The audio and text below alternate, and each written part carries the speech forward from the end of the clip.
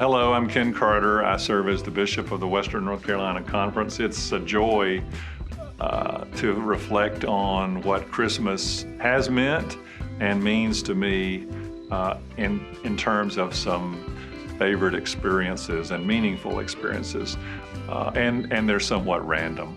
I'd begin by saying I've had a habit for most of my adult life of only listening to Christmas music from the day after Thanksgiving through Christmas. I love music, but in that time of year, I only listen to Christmas music. And I listen to Christmas jazz music, Christmas bluegrass music, soul Christmas music, classical music, and I actually have a Spotify playlist that is called The New Creation Advent Christmas, and I think my Spotify name is Tall Methodist Bishop. So you can find it there. It has about 2 hours of music, and a lot of people have been drawn to it. It just has some of my favorite music.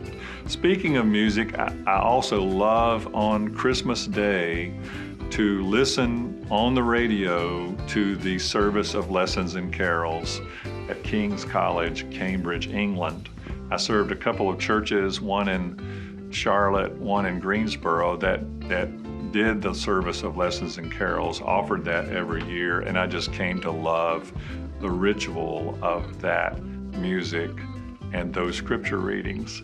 And the last few years living in Florida, on a number of occasions, Pam and I, with some friends, have gone to the candlelight service at Epcot, which is, oddly enough, a service of lessons and carols in a very kind of secular, touristy kind of environment, but all the same scripture passages are read.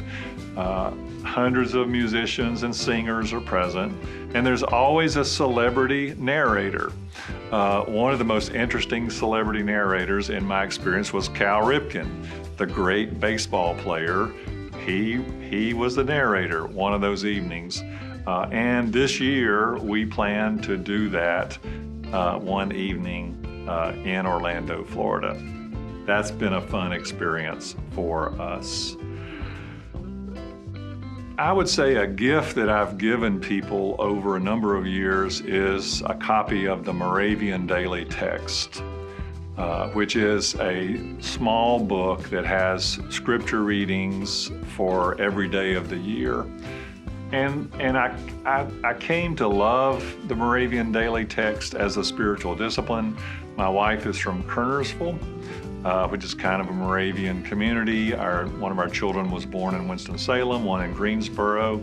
We had a lot of friends in the Moravian church. Moravian Sugar Cake was a big part of some of those experiences. And just that spiritual discipline, which is kind of a part of one region of our conference, has become important to me. So I'll order a lot of those books and I will give them to persons to use in the coming year.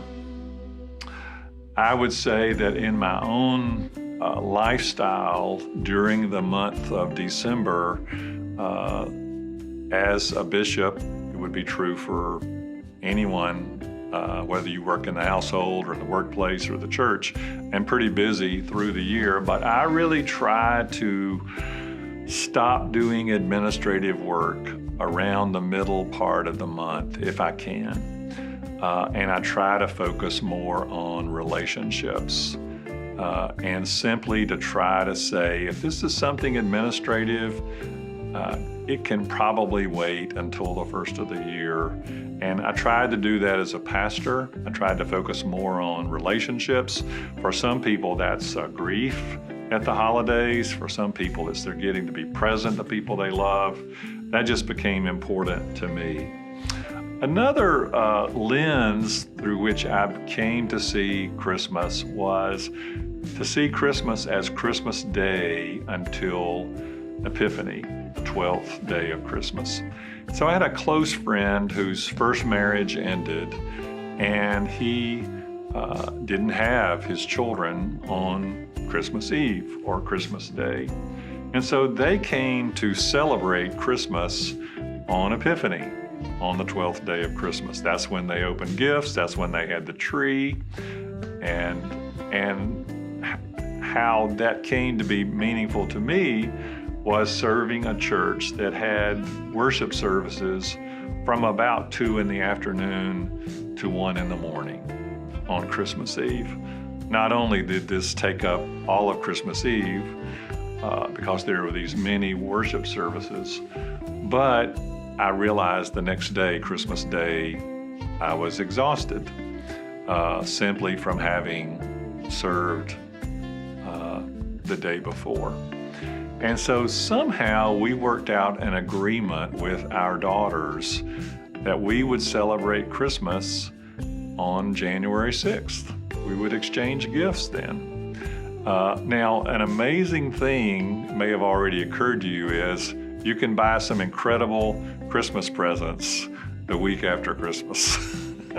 Everything is discounted. The crowds are not around. It helped me empathize with blended families who aren't able to be together on a particular day. So for many years we did this. We had a stocking on Christmas Eve or Christmas morning, but we exchanged gifts days later. And how that's come to be our pattern now with our children. We have a daughter who lives in New York State and a daughter who lives in Tennessee, grandchildren there, and their families, is we're simply open to getting together whenever they can do it. So often for me and for Pam, for us, Christmas Eve, Christmas Day are pretty quiet. And then we just know that we'll see our children and their families and all that time surrounding Christmas, and we look forward to that. I do love this season of the year. I love the joy of it. I love the spontaneity of it. I love the giving nature of it, that people just seem to be more generous. And from all of our divisions, it seems to be a kind of ceasefire in that, where we hopefully can live in peace with one another.